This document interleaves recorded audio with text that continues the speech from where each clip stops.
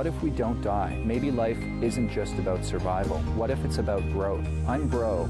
I'm a psychic medium, and I've been doing professional readings for nearly 18 years. I'm here to demystify the mystical.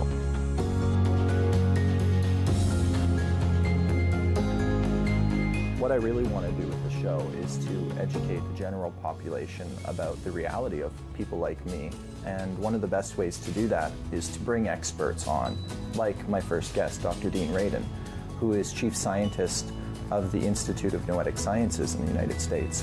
What I love most about having Dr. Radin on the show is that he's actually a scientist who works with people like me in a lab. He tests us using strict scientific control. And a scientific control is essentially where you set obstacles up in the way of a psychic so that you can disprove the ability. And if the ability somehow punches through all of those walls, in spite of all of the chances against it, then you know you have a real phenomena. That's how science works.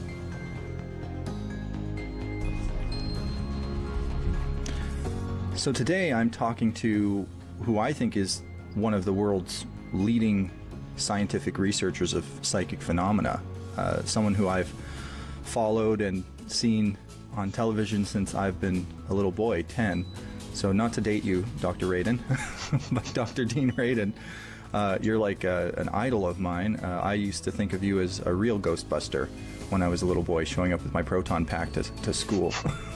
Sure, why not? And I'm just so glad to have you here. And I wanted first for my audience, who you know, I think a lot of people watching the show are going to be newly introduced to the idea that scientists who are qualified and serious are actually studying people like me and all of us weirdos. I call us table niners, where we're like situated at that one table that no one likes to talk to us. You know, at your wedding, you put all the freaks at the same table essentially to contain them. So I don't know what drew you to people like me, but maybe you could answer that for my audience. What got you interested in the field of psychic research? Well, it was from reading science fiction and comic books and tales of the mysterious masters of the Far East and that sort of thing, and wondering, like most children do, could any of that be real? So the thing that attracted me to studying the phenomena was not because of personal experiences, but really just out of curiosity. Could this actually be true? And what cemented that interest was finding out that there was a scientific discipline that could be applied to answering that question.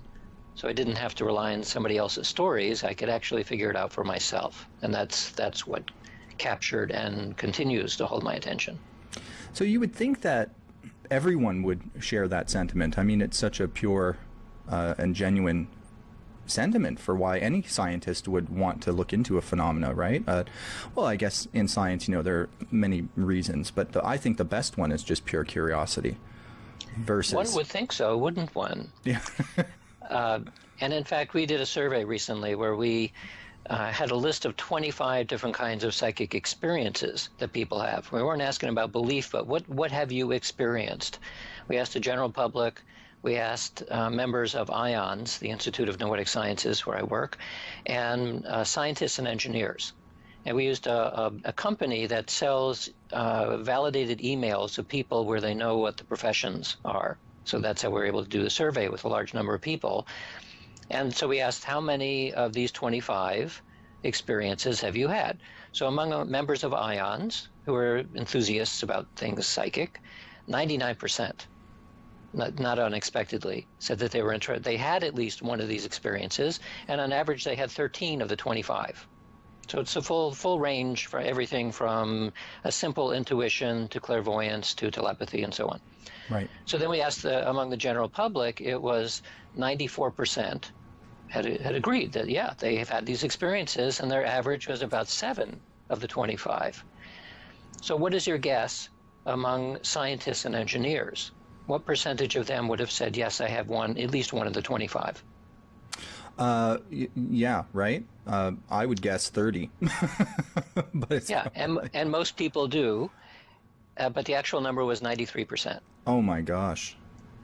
Unbelievable. And the average is actually higher than the general population. It was 8 out of 25 rather than 7. Right. So given that this is what people reporting their own experiences, even among scientists and engineers, what we're faced with then is a taboo. And just like any other taboo, there are certain things you talk about in public and others that you don't. Mm-hmm. And so you tend to give different answers if you ask people anonymously than if you ask them to report what do they actually think. In the academic world, we are taught very early on, and even not in the academic world, kids learn very early on not to start talking about things that the other is outside the realm of what other kids experience. So we're dealing with a taboo, basically.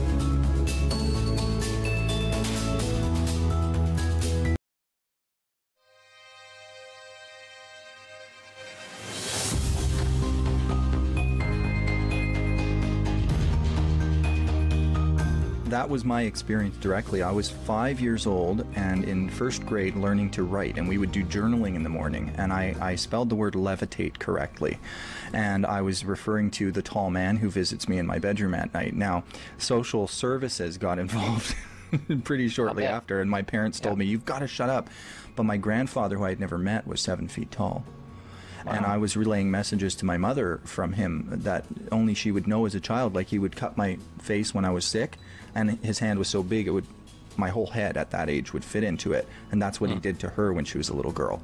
So my parents knew what was going on, but they were like, "You've got to shut up about this in public." Yeah. And I did until my teens, at which point I couldn't contain it anymore. My psychic experiences were too crazy at that point.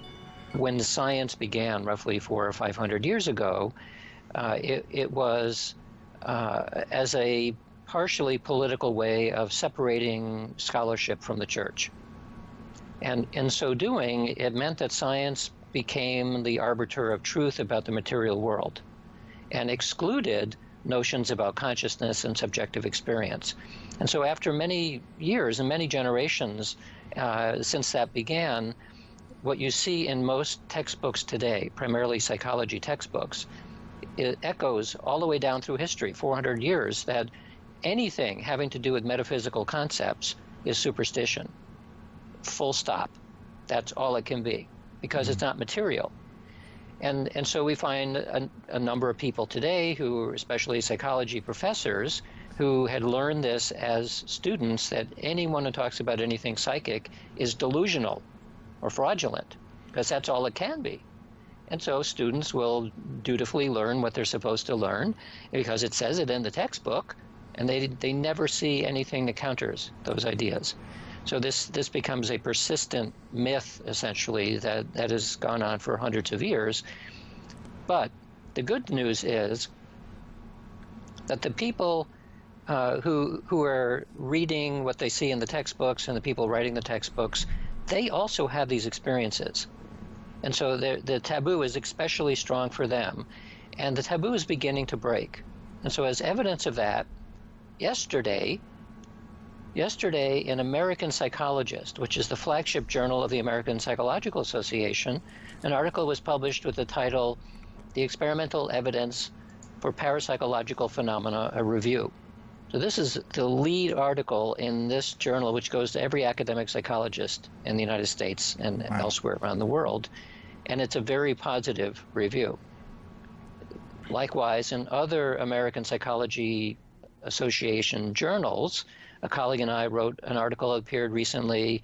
A book was published by the APA Press.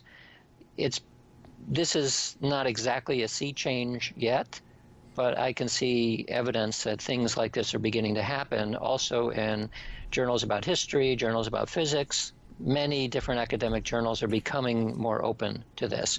At the same time, you're seeing pushback from people who don't like it. But the very fact that we're able to talk about it, to have a public dialogue, that's already somewhat new. Excellent answer. I think this brings up the point of, I think a lot of my audience would wonder this, how exactly does science test the paranormal or psychic ability for that matter? And you have a fair amount of experience with that, so I'd love to hear your answer there. Well, fortunately, the elementary psychic abilities are all perfectly amenable to laboratory tests. So to give a simple example of something I call presentiment, which is a pre-feeling response. In the real world, it manifests as driving along some route that you take 1,000 times, and you reach a certain intersection, and you never think twice about it. You have a green light, you go through. But today you're driving towards this intersection, you have a green light, you don't see any traffic on the cross streets, but you have a bad feeling about it. So you start to slow down. And as you approach the green light, you slow down more and more and more without knowing why. You just feel something's not quite right. And then all of a sudden, from behind a building that was hiding a truck blasts through the red light, 50 miles an hour, and would have hit you broadside if you didn't slow down. So your gut feeling made you survive. So in the laboratory, we can simulate that kind of effect. And we can't put people at real risk, but we can push them emotionally. So in an experimental context, we wire up your body to look at physiological reactions like heart rate and skin conductance and pupil dilation, all those sorts of things. Sit you down in front of a computer screen, and then you press a button, and 5 seconds later, an image appears. It's either calm or emotional. And then you have some kind of reaction to it, and then you have a cool down period, and then you do it again. So you might do 40 pictures in one setting. So the presentiment response would predict that before an emotional event, some aspect of your physiology is going to start to react. Your heart might start beating faster, your skin can sweat a little bit, and so on.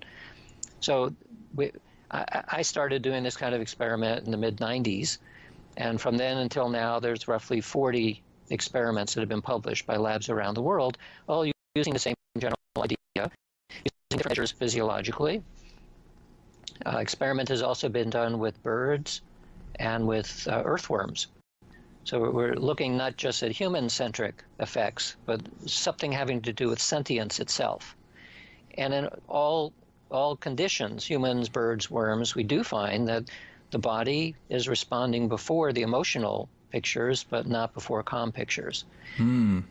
So this is just one of many examples of how you can take a real-world effect and operationalize it into a controlled experiment in the laboratory.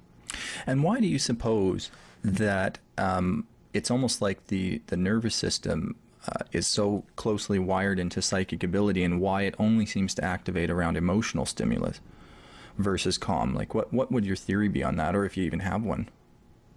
It's not that it only responds to emotional responses. It's that in order for it to rise to the level of either just before consciousness or at actual consciousness, you need a really big event for that to happen. But what these experiments suggest, not just the one I mentioned, but many others, is that the psychic awareness is happening all the time. It's mostly below the level of awareness. Right. A natural psychic, like yourself, is simply more in touch with these unconscious, what for most people are completely unconscious, and would only appear in dreams occasionally. But of the natural talented psychics that I know are much closer in touch with it, and I suspect because you are not filtering your experience. So a lot of people walk around with multiple psychological and perceptual filters, and they only see a little bit of the world. Mm-hmm. Psychics tend to get a more raw sense of what is actually happening. So you are the chief scientist at the Noetic Institute, and I wanted just for a moment if you could explain what that institute is, and I assume this is where most of your experiments are taking place now. Right. So the Institute of Noetic Sciences was started in 1973, so we're 45 years old now. It began by Apollo 14 astronaut Edgar Mitchell, who was the 6th man on the moon. On the way back from the moon to the Earth, he had a full-blown mystical experience as a result of looking at the Earth the size of a marble, basically, a bright blue marble in the blackness of space. It sparked some kind of a mystical experience. So as you can imagine, being an astronaut, you're completely dependent on science and technology being either so close to correct or completely correct that you're willing to risk your life on taking a ride in a little capsule 500,000 miles. So the mystical experience was not part of his training. You don't get trained in mysticism at MIT unless you happen to be in a philosophy department or something. So he was determined then, because it was such a dramatic experience. It wasn't like some abstract thing. It was a palpable, life-transforming experience. He was determined to use the tools of science and technology to find out, what is that? What is that thing that happened to me? And oh, by the way, has happened to people throughout history. So it's not that easy to study mystical experience in a laboratory, but it's pretty easy to study psychic experience, and they're closely related to each other. So since we began 45 years ago, we've either funded others to do research, which is what we originally did, and since I joined ION some 17 years ago and started an in-house laboratory, we now have 7 scientists working from neuroscience to physics to neuromolecular biology, to computer science, on and on and on, from many different angles looking at these phenomena. Fantastic, because that's what we need, is the multidisciplinary approach at this point. Right. I can't remember the name of the statistical analyst, but you had posted a great interview on Twitter, which I loved, where she mentioned that we already are past the proof stage. Now we need to start getting into the mechanics and the machinations of these kinds of phenomena. That was Jessica Utz. Jessica Utz is chair of the statistics department at the University of California at Irvine. And 2 years ago, she was the president of the American Statistical Association. So this is absolute top-tier statistician, and statistics is the domain of science that evaluates data. So there's no better person to give an opinion about the nature of the data than her. Right, and I believe she was analyzing the remote viewing experiments, which were going on with the CIA, I believe, back in the day. Right. So yeah. Well, CIA and a bunch of other agencies, yeah. Right. I've tried to veer away from certain words, for exactly like we were talking about the taboo earlier, like magic. It's a very scary word for me because it's so often associated with illusion or ancient religion.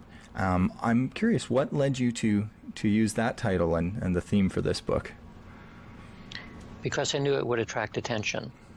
But more importantly, the book is about the study of Western esotericism and the practice of the cosmology, which is captured by the esoteric traditions, is magic. That's what it was called. Right. And as I also point out in the book, it's not as though magic went away. We just have to think about how do we carefully define what I'm saying that it is, and then match that against what is actually going on. And when you do that, you can pull away from the negative connotations that magic has had, and say, well, this is what people are really talking about. There, as with any kind of underlying power, I think it's fair to use that term. It is a kind of power. Any kind of skill is a power. Some are going to use it for negative purposes. Nuclear energy could be for positive or negative things.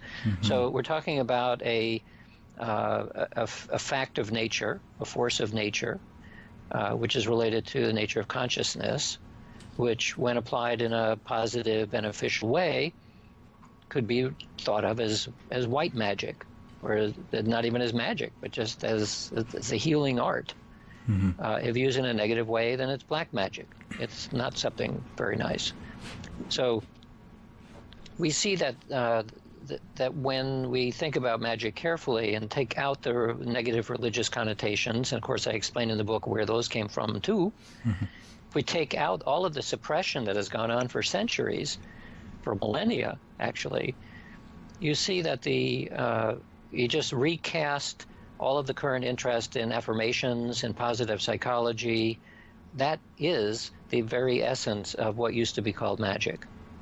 So in today's term, if you set aside the negative connotations, which is mostly fiction anyway, the study of magic is really the study of something that is happening that we can demonstrate in the laboratory that we don't have other good words for yet.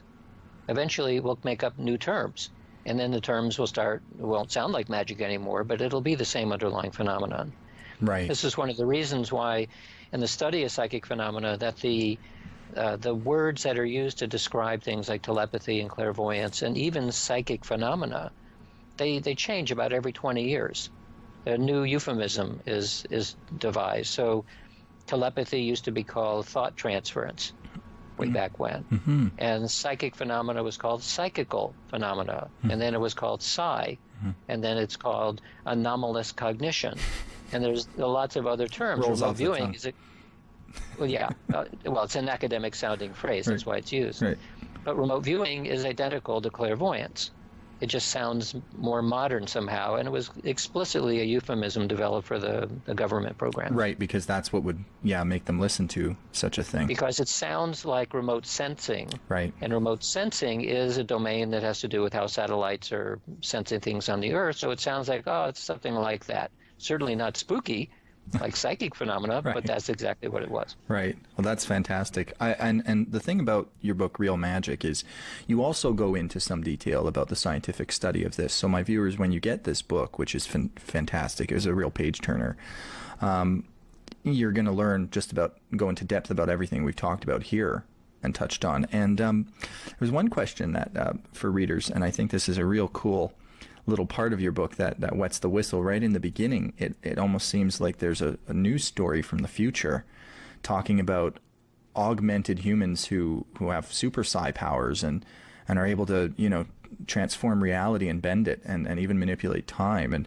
I wanted to ask you what inspired you to put that at the beginning of the book. Is it the same thing where it's an interest grab, or?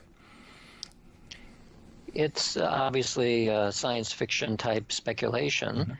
But it's based on what we currently know. So we're doing a study right now, for example, looking at the genetics of people who come from psychic families. So you could be a candidate in this kind of thing. So are your genetics different than people who don't have strong psychic ability or come from psychic families? Our suspicion is that there is a genetic difference. That the more we learn about genetics, the more we see that there's both many similarities, but lots of different ways that genetic networks can interact with each other. So just to give one example, we know that there's a different set, and we're talking about hundreds of genes interacting, a different set of genes that determine, just from a physical perspective on how your brain and body are put together, two different kinds of intelligence. One is called crystalline, and the other is called fluid. So as you can imagine, a fluid intelligence is someone who tends to be more creative, and a crystalline intelligence is someone who tends to be more narrow but extremely precise. So this has been traced to different gene networks. So our suspicion is that psychic ability can be thought of as a kind of cognitive style. The cognitive style can be natural, or it could be trained to a small extent. But if you don't start with some talent, you're not going to get very far. So because we know that there are ways of pushing how genes express, it is very likely that everyone has the same set of genes, but some of them are not expressing very well. So you could take a, quote, average person, give them either the right pharmaceutical intervention or the right brain stimulation or something, that would cause those genes to express, and suddenly they become super psychic. Wow. We think that is possible. Wow. One of the reasons why I think scientists have trouble studying this field is because you can't really easily get funding unless a big institution like the CIA comes in and says we want to try to use it. It's been said that the reason the CIA stopped experimenting with psychics was because they had better tools like satellites and things. But the truth, I think, personally, and perhaps psychically, is that we could not be weaponized. Suddenly, the information that we were pulling through would stop working if you tried to kill people with it. And it's just another one of those things to look into, that psychic ability can't be manipulated or coerced, because essentially the psychic is not the agent. I'm not the one coming up with the information. There's a higher power involved. So when we come back, I'll be sitting with my first client, Deb. I think you'll find it interesting, as it was a slightly unusual reading from the norm. What kind of show? I'm very interested in this type of thing. I've always considered myself not necessarily religious, but I think I would call myself maybe spiritual, and been very interested in this sort of thing. I've had my palms read, I've had cards done, I had my tea leaves done, and yes, I've certainly been to see people that have brought, family members for the other side, messages, that sort of thing. I've had my auras read. So yes, I probably am somewhat of an authority in all of this. Hi, Deb. Hi. This is our first reading together. Yes, first time I've ever met you. I can't remember. I do so many readings on people. I could have seen you 5 times and I wouldn't really remember. Yeah. I just keep my eyes closed while I channel. Okay. I'll tell you everything that comes through. Okay. And if I get names, I only go with initials, Right. first letters. If I see events and situations, they could pertain to your past, present, or future. If it's the future, it won't make sense. Right. If it's the distant past, your family history might not make sense. But for the most part, it should make sense to you what I get. Okay. With you, I am getting the presence of a relative or a spirit loved one coming forward. So something is coming to me right now from the spirit world. I see a woman standing behind you who seems to be really excited that you're here. So she's your cheering squad. Right. Positive messages, you know, you're doing well, we're keeping an eye out on you. You know, you've done all right so far, keep going, you know, all that stuff. Cheerleading is always a good thing. She identifies herself as a mom figure. Okay. So she's got kids on Earth. So that would either be your mother or your grandmother, as far as I can tell right now. I'm just going to wait for a little bit more to come through. Right. Well, I have had readings before, and I have had my grandmother come through, so that would be kind of cool if I could hear something from Grandma. Aunt Marjorie, which is her sister, so they're obviously hanging out together up there, or over there, or wherever they hang out. But, so Aunt Marjorie has come through before, and maybe my grandfather as well. Part of why your ancestors are here is because I do feel your mother reconnecting with her history, maybe through a sister of hers or a cousin, if those are close. And I'm going to Ireland, England, things like this, and I'm going into family tree work, and maybe that's connected to a windmill somewhere. But I feel like there's reconnection for your mom coming up. Okay. And does she have any family from the areas of Ireland and England, the UK? Yep, Scotland. Oh, okay. Now, forgive me, Scottish people. You never say they're the same thing, but they're the same thing. But you never say that. Vicinity. Well, and you know, it's like anyway. We're not going to get into the Middle East, but the point is that I get her maybe reconnecting with some genealogy, and she's perhaps taken interest in this. Are you aware of that? I'm not, but my grandmother was a huge, she put her family tree together. She loved it. She spent hours and hours and hours at it. But it's a sister figure that's going to connect to your mom about this, and then your mom's going to be working on this or having herself involved in this project again. Okay. And your granny is making sure it all goes to pass, and you might even hear of your mom having the opportunity for a trip. Whether she goes or not is up to her. Right. Okay. But I hear of an opportunity for a trip that way, and I think that's why they've been dropping in lately. Okay. Okay. Yeah. Cool. Just a little visit from those ancestors. So that was helpful because I was confused. The guy just wanted me to understand. Now I'm waiting for the next signal, which should be more toward you now. It's like a restart. Everything is restarting in your life right now. This is like really great. This has been like two years or a year and a half in the making, and I feel like this is a new chapter for you.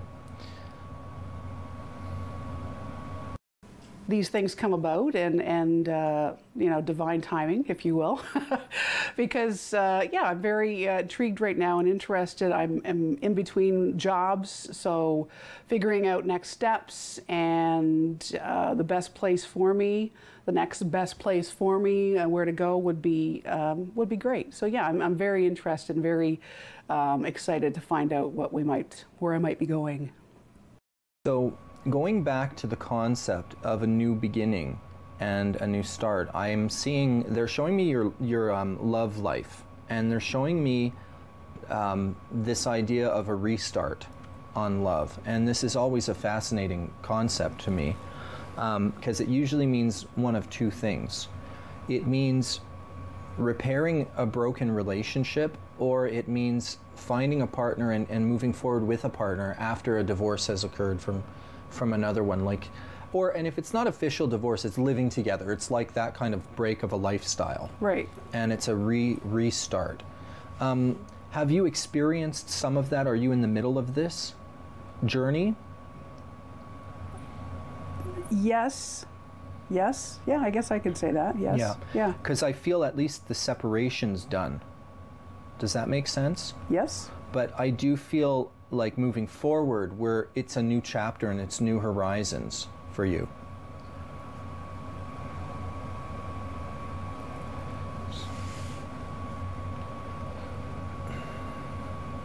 I don't know why I want to throw Scott or Sean or an S name like this in there somewhere. Because this could end up being the future, but I want to confirm it's not the past, is it? It's no bearing on the love circles in the past? No.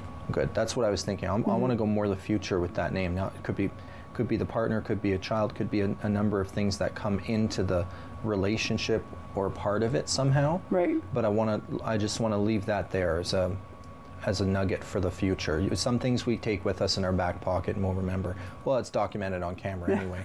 You don't have to take notes. And I just feel like you've put a lot to rest. You've done a lot of homework on the last 10 years of everything that's happened, like when it rains, it pours.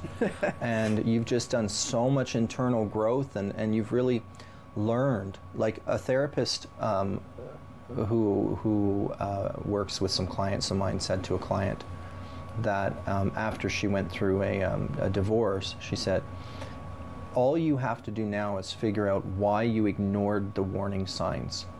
If you understand that, you'll never make the same mistake again. Right. And I feel like you've done this. I feel like you've understood your past. You're an examined individual.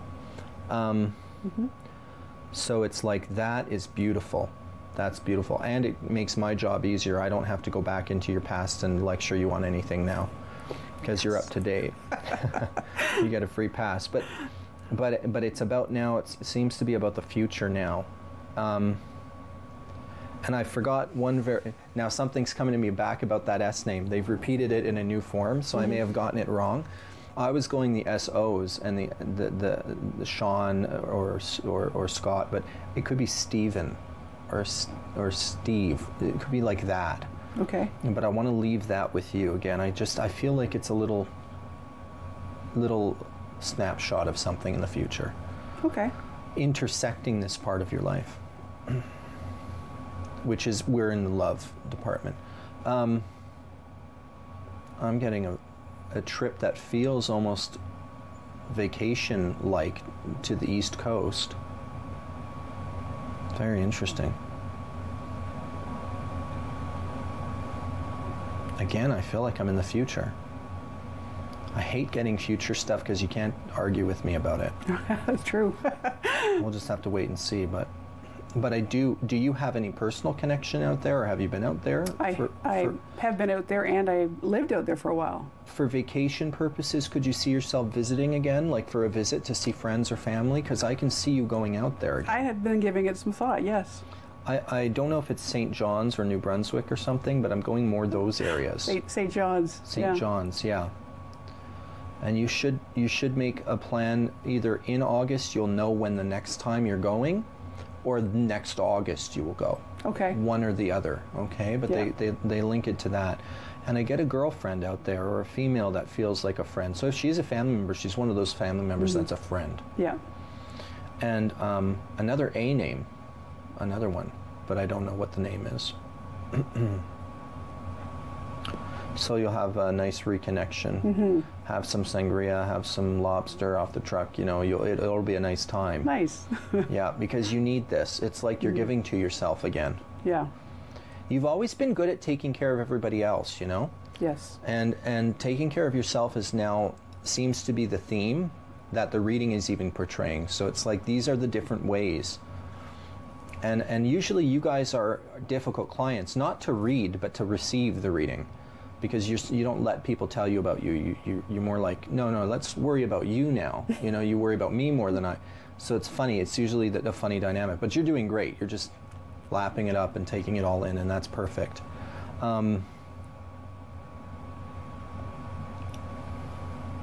I don't know if you've just, in the last year, gotten yourself in a new house, but if not, it's coming, because I'm getting something big about the house.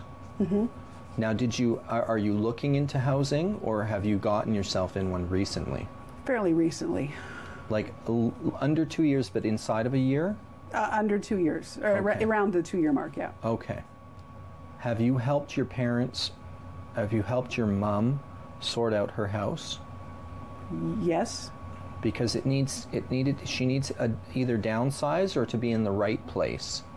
Mm-hmm. Has she moved already? No, they need to do definitely some more downsizing and just, They don't know this necessarily, but I feel you're going to be very important in that. Your father is okay, maybe you need to work on your mom more, or maybe she'll need your help more. And you're going to assist your parents with their house. Okay. And they're going to be into a new place, and it looks like it's close to a lake.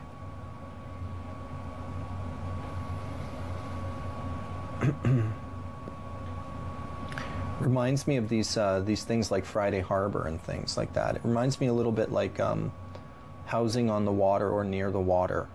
Okay. So that'll be important, and that seems to be coming up as a project for you. There's always a new one on your desk anyway. Yes. Yeah. You will, you'll get to retire one day. You'll get to stop working eventually. But it's not now. So don't get too excited, but that's going to happen. But it seems like before that, it's like this new chapter in your personal life with love, this new chapter with helping family and reconnecting with family, and even when it goes to visiting people out east, and then your work. There are changes going on there later on. So it's almost in that sequence. I might be about to go into your career a little bit. And I haven't given up on the dead people either. They might come back, but I'm not sure. I need them to come in single file, at least. They've thrown Chris or Christian at me. That name, Chris or Christian, has been thrown at me. But that could be a link through work, because I think I'm switching topics, so I have to go where the topic is. Okay. Usually with it. But just to make sure there's no immediate connection in your life in another place with that name? No. Okay, good. Because that's what I'm thinking. We're going more to work, more to career. Getting a lot of management skill. I'm getting a lot of business creative. It's an interesting mix. That's what I see for people who have to solve problems, think on their feet, deal with bureaucracy but hate doing so, and really talk with people. Like a mixture between a teacher and a manager. It's this funny kind of mix with you, where you're good at herding cats. Someone higher than you will retire or leave. You will throw your name in the hat for a role that is different than the one that you are in. You're pretty happy where you're at, though. Like, it feels like you're at a top for where you want to be, but it feels like there's going to be circumstances outside of you that will make you throw your name in the hat for something. You prefer to work with people than to deal with bureaucratic BS. This is very important to you, where some people are built for it, to deal with the bureaucracy of things. But you're too creative for that. But you're still going to stretch yourself a bit more in that area. Let's just say this. You're happy enough where you're at that it would take something special for you to show me the money. This is what it is, and that's what it would take, but that's probably what it's going to be within 2 years. Like, I get 18, so it could be 18 months, but I feel like that's going to play a part for you.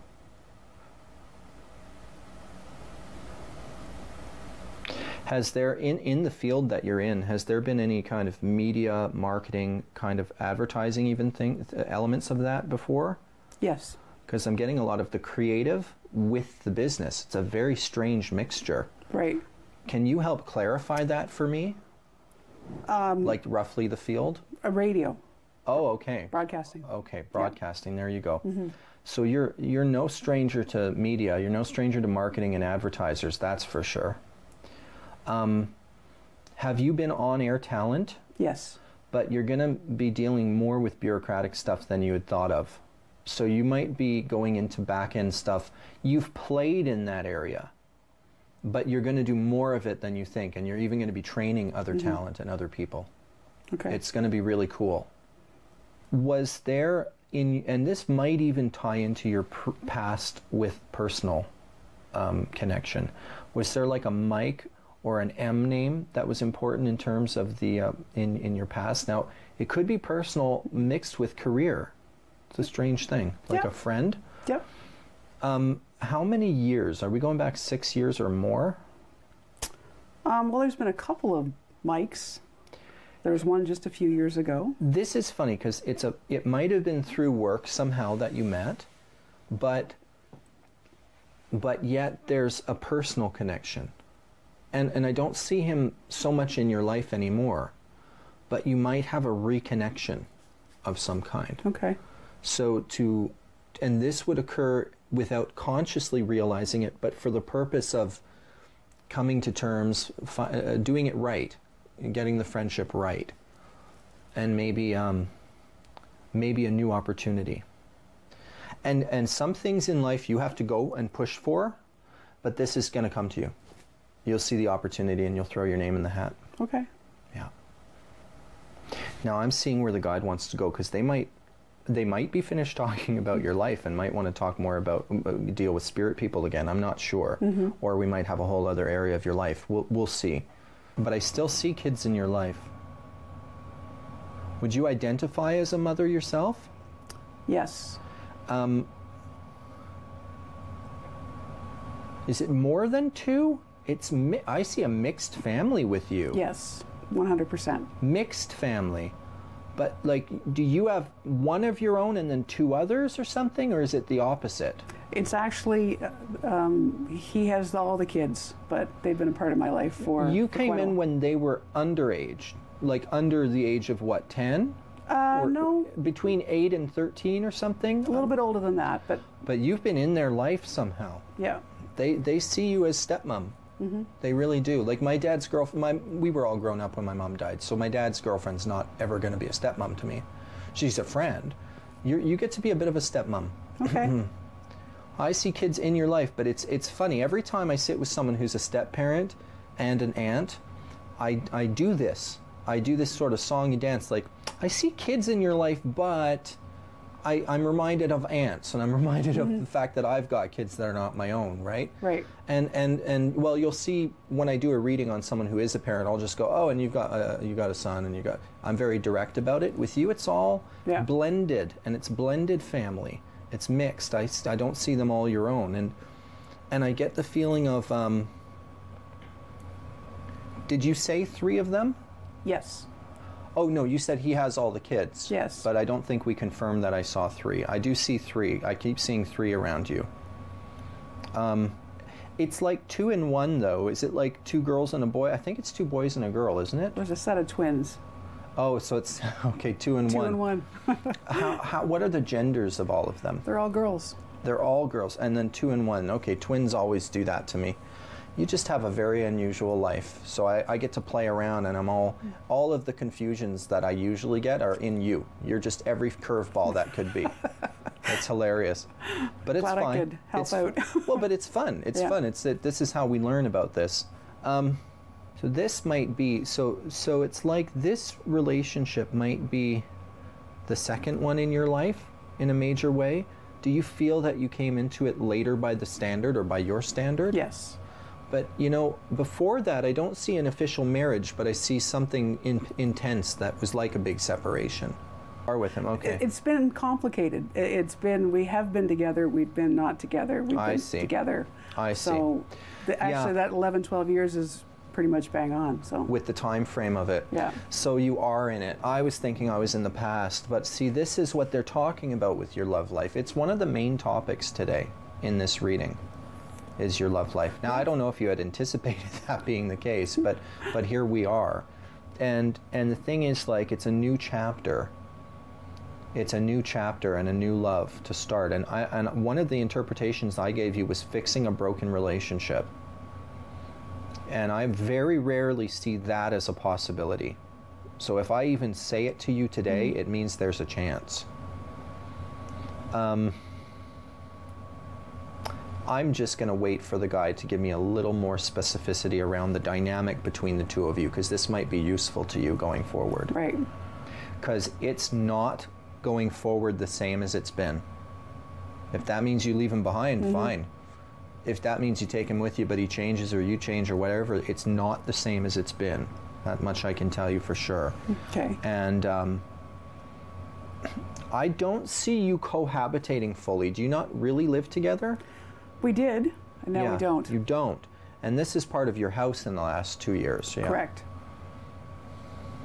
I see him coming up in a truck. Does he drive an SUV? Drives a truck. Because I see him pulling up in your driveway and visiting in his stupid truck. That's how it goes down, yeah. Yeah, and I see him parking more on the right side of the driveway, and I see him come in, and, you know, you two are rebuilding things, hon. Yeah. We can't choose who we love, eh? Too bad. My dad said to me when I was a little boy, find a woman with a big purse and a nice car. Some good it did me. Turn out liking guys. But the thing is, what I feel like with you is rebuilding and rebuilding from the ground up. But this time, see, your mistake the first time was that you were easy breezy, I'll do anything that makes you happy, kind of like, what do you need? I'm low maintenance, whatever you need, always on your time. This time you're like, here's what I need. Here's what I'm willing to put into the relationship, and here's what I'm willing to take, and here's what I'm not willing to take. It's like you're rebuilding. I see like bricks, like a new foundation. You're rebuilding the foundation of the relationship.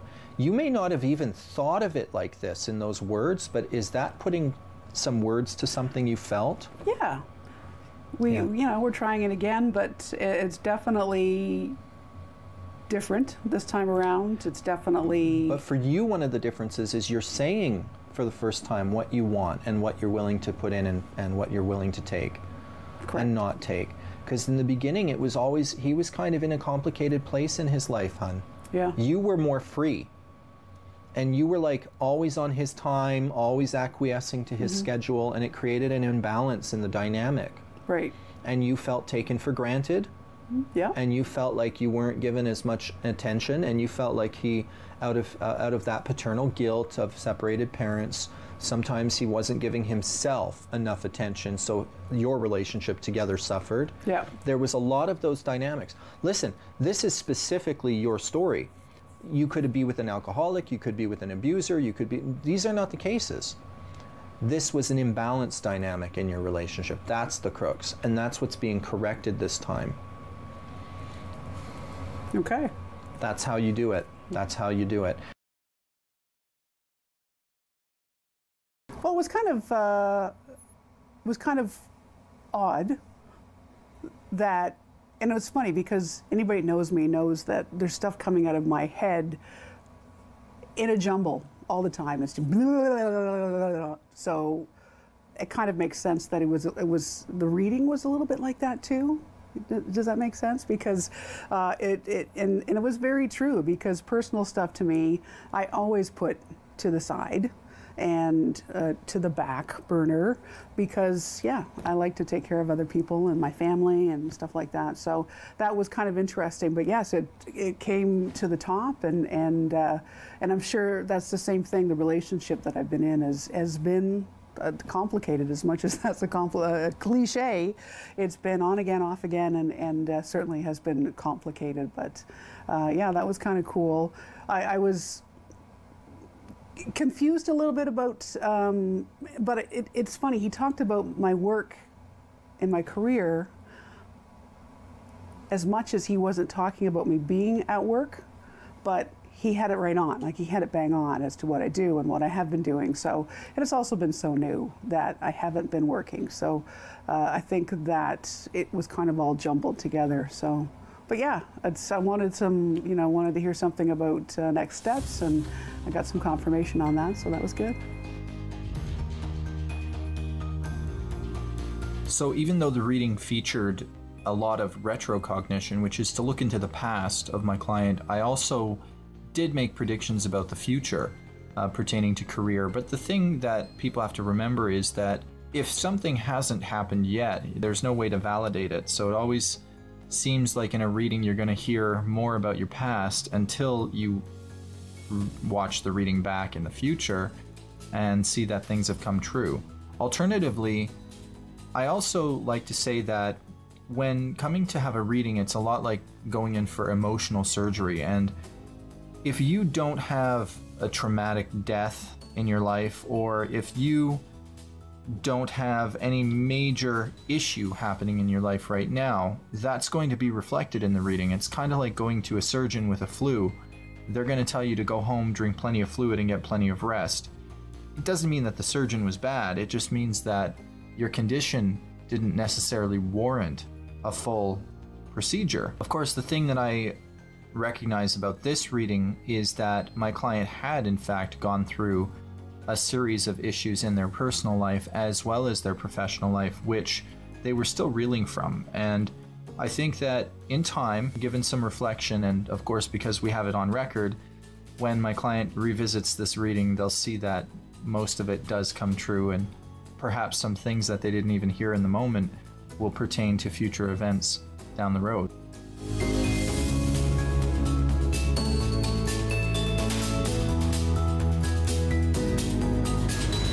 It's interesting because the flow of the reading goes through your concerns, and in this case it wasn't the order that you wrote them per se, because I think, as I said with you, you don't put yourself first. So your big things like love life, you tuck it under the carpet, but it's been hell. But work has not helped. It's like when it rains, it pours. It's been there. It's become part of the whole mishmash of everything. So it's yeah. I mean, to say it's complicated has become a joke. But yeah, it's the way it goes. But absolutely. Yeah, it's always there. So, but yeah, I've been more concerned with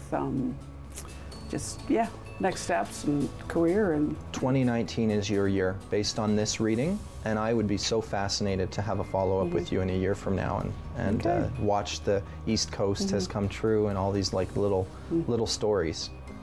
But yeah, that's funny because I was thinking about a trip to the East Coast. I spent a lot of time in Newfoundland and go back and see some friends. I just didn't know if this was the right year or not to do it. I think next year. Yeah.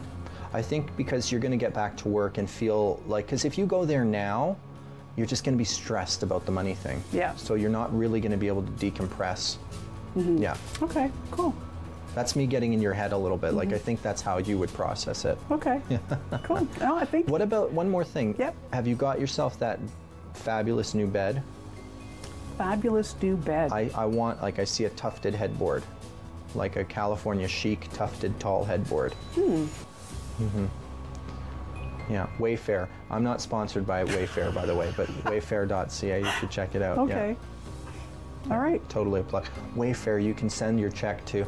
Yeah, but no. Well, that's kind of cool. All right. Yeah, it's a demonstration for you, and it's like saying, I'm ready for the next chapter. Okay. And this bed is a symbol.